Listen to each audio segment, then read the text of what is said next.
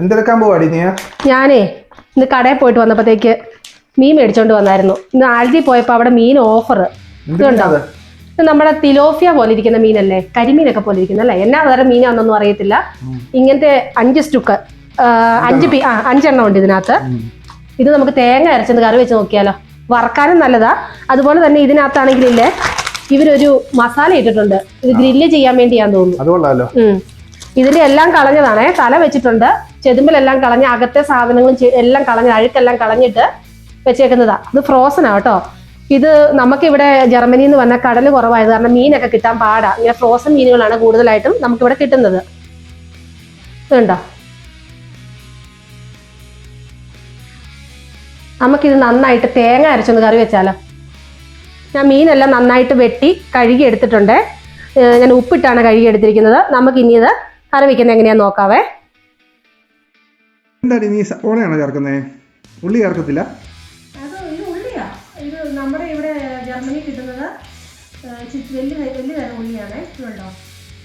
ചെറിയ ഉള്ളി തീർന്നു പോയി നമ്മുടെ. കാരണം ഞാൻ ഇന്ന് കടയിൽ പോയപ്പോൾ മേടിച്ചതാ. ഇത് ഇവിടെ സാലഡ് എന്ന് പറയും. സവോള പോലെ തോന്നും, പക്ഷെ ഉള്ളിയാ സാധനം. ഉണ്ടോ? ചെറിയ ഉള്ളിയോ? ചെറിയ ഉള്ളിയാ. ചെറിയ ഉള്ളിയുടെ അതേ മണവും എല്ലാം രുചിയെല്ലാം അങ്ങനെയാണ്. നമുക്ക് മീൻകറി ഉണ്ടാക്കാൻ വേണ്ടി ഒരു അരപ്പ് ഉണ്ടാക്കണം. അതിനുവേണ്ടി ഞാൻ അരമുറി തേങ്ങയാണ് എടുത്തേക്കുന്നത്, പച്ചത്തേങ്ങയെ. അതിൻ്റെ കൂടെ നമുക്ക് കുറച്ച് മുളക് പൊടിയും കുറച്ച് മല്ലിപ്പൊടിയും കുറച്ച് മഞ്ഞൾപ്പൊടിയും ഇടണേ. എന്നിട്ട് നല്ലതായിട്ട് നൈസായിട്ടൊന്ന് അരച്ചെടുക്കണം മിക്സിയുടെ ജാറിൽ ഇച്ചിരി വെള്ളം ഒഴിച്ച്. പിന്നെ വേണ്ടതെന്ന് പറഞ്ഞാൽ ഇഞ്ചി, വെളുത്തുള്ളി, പിന്നെ ചെറിയുള്ളി, കരിവേപ്പില, പച്ചമുളക്, ഇത്ര സാധനമാണ് ഞാൻ എടുത്തിരിക്കുന്നത്. നമുക്ക് ഈ അരപ്പൊന്ന് തയ്യാറാക്കാവേ.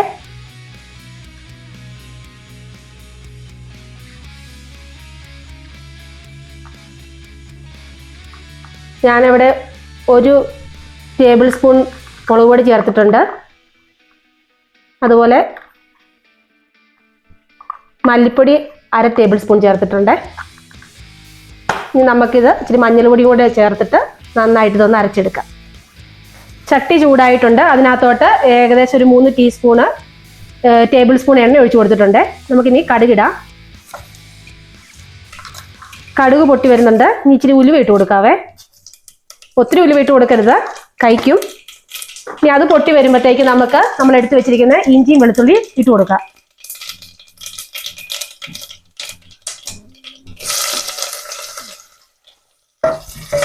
അത് ഇച്ചിരി ഒന്ന് വഴണ്ടി വരുമ്പോഴത്തേക്ക് എടുത്തു വെച്ചിരിക്കുന്ന ചുമന്നുള്ളി ഇട്ട് കൊടുക്കാവേ. ചുമന്നുള്ളിയും പച്ചമുളകും കൂടി ഇട്ട് കൊടുക്കാം.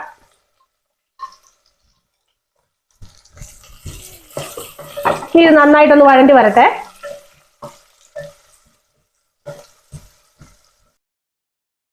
ഞാനിവിടെ ഉണ്ടാക്കുന്ന ഒരു നോൺ സ്റ്റിക്കിന്റെ പാത്രത്തിനകത്താണ്. ഇത് ഇൻഡക്ഷൻ ബേസ്ഡ് കിച്ചൺ ആയത് കാരണം നമുക്ക് ഇതിനകത്ത് ചട്ടി വെക്കാൻ പറ്റത്തില്ല. അത് കാരണം ഇതൊരു ഇൻഡക്ഷൻ ബേസ്ഡ് ആയിട്ടുള്ള ഒരു പാത്രമാണ്. അതിനകത്താണ് മീൻകറി ഉണ്ടാക്കുന്നത് എപ്പോഴും. ഇനി നമുക്ക് നമ്മുടെ ചെറിയുള്ളി എല്ലാം നന്നായിട്ട് വഴണ്ടി വന്നിട്ടുണ്ട്. അതിനകത്തോട്ട് നമ്മൾ അരച്ചു വെച്ചിരിക്കുന്ന അരപ്പുണ്ടല്ലോ, അതങ്ങ് ഇട്ട് കൊടുക്കാം. ഇട്ട് കൊടുത്ത് ഇനി ഇത് പച്ചമണം മാറുന്നോടം വരെ ഇച്ചിരി വെള്ളം കൂടി ഒഴിച്ചു കൊടുക്കണേ. പച്ചമണം മാറുന്നോടം വരെ ഒന്ന് ഇളക്കി അതിന് പച്ചമണം ഒന്ന് പോകണം ആദ്യമേ. ഞാനതിനകത്ത് കുറച്ച് വെള്ളം കൂടി ഒഴിച്ചിട്ടുണ്ട്. ഏകദേശം 2 ഗ്ലാസോളം വെള്ളം ഒഴിച്ചിട്ടുണ്ട്. എന്നിട്ട് നമുക്ക് ഇത് നന്നായിട്ട് തിളച്ച് അതിന്റെ പച്ചമണം ഒന്ന് പോകണം. പോയി കഴിയുമ്പം എടുത്തു വെച്ചിരിക്കുന്ന പുളിയും കൂടി ഇട്ട് കൊടുക്കാം.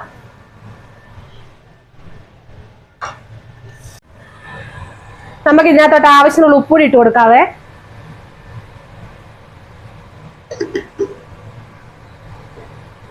ഒന്ന് തിളക്കട്ടെ.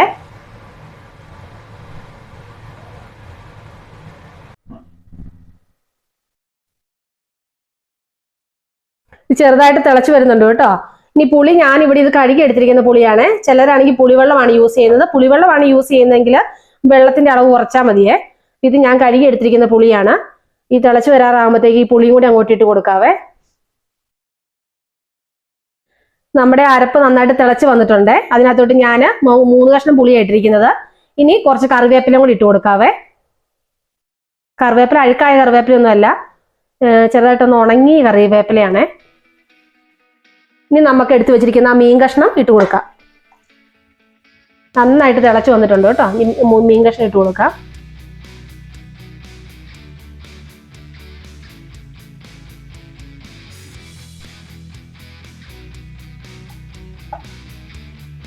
ഇത് ചോറിൻ്റെ കൂടെയും കപ്പയുടെ കൂടെ ഒക്കെ കഴിക്കാൻ ഭയങ്കര ടേസ്റ്റാണ്. ഇത് ഉണ്ടാക്കിയിട്ടില്ലാത്തവരൊന്ന് ഉണ്ടാക്കി നോക്കണം കേട്ടോ. ചിലർ ഈ പുളിക്ക് പകരം മാങ്ങ ഇട്ട് കറി വെക്കും. പിന്നെ ചിലർ ഇച്ചിരി തക്കാളിക്കാൻ കൂടെ ചേർക്കും. പല രീതിയിൽ പലരും ഉണ്ടാക്കാറുണ്ട്. ഞാനിങ്ങനെയാണ് കൂടുതലായിട്ടും ഉണ്ടാക്കുന്നത്. ഇനി നമുക്ക് ഇത് മൂടി വെച്ചൊന്ന് വേവിച്ചെടുക്കാം.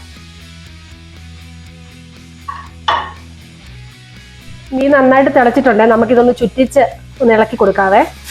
സ്പൂണിട്ട് ഒരിക്കലും മീനെ ഇളക്കരുത്, പൊടിഞ്ഞു പോവും. ഇതൊന്ന് ചുറ്റിക്കാവേ. ഇനി നമുക്ക് ഇച്ചിരി നേരം ഇവിടെ ഒന്ന് വെയിറ്റ് ചെയ്യാം.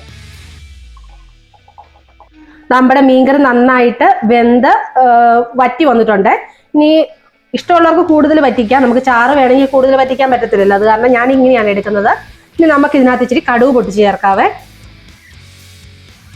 നമുക്കിതിന് ഇച്ചിരി കടുക് പൊട്ടിച്ച് ചേർക്കാം. അതിന് ഞാൻ ഇച്ചിരി എണ്ണ ചേർത്തിട്ടുണ്ട് അതിനകത്തോട്ട് ഒരു 3 വറ്റൽമുളക്, ചുമന്ന മുളകും പിന്നെ ഇച്ചിരി സവോളയല്ല ചെറിയ ഉള്ളി കൂടി ഇട്ട് കൊടുക്കുവാണേ. നമുക്ക് നന്നായിട്ടൊന്ന് വഴറ്റിയെടുക്കാം. ആദ്യമേ ചെറിയ ഉള്ളി ഇട്ട് കൊടുക്കാം. ജസ്റ്റ് ചെറുതായിട്ടൊന്ന് മൂത്ത് വരുമ്പോഴത്തേക്ക് നമ്മുടെ ഈ എടുത്തിരിക്കുന്ന വറ്റമുളക് ഇട്ട് കൊടുക്കാവേ.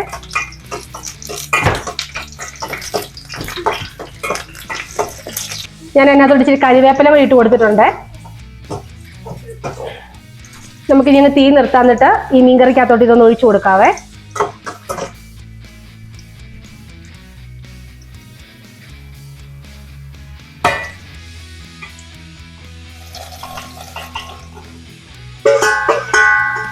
ഇത് ഉണ്ടാക്കി നോക്കിയിട്ടില്ലാത്തവരെല്ലാം ഒന്ന് ഉണ്ടാക്കി നോക്കണേ.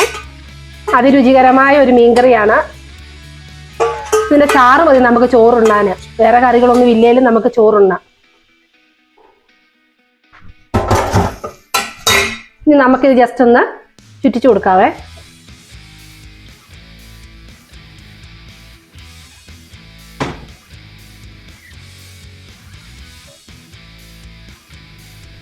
നമ്മുടെ മീൻകറി ഇവിടെ റെഡി ആയിട്ടുണ്ട്. അപ്പൊ അടുത്തൊരു വീഡിയോ ആയിട്ട് നമുക്ക് ഉടനെ തന്നെ കാണാം. ബൈ.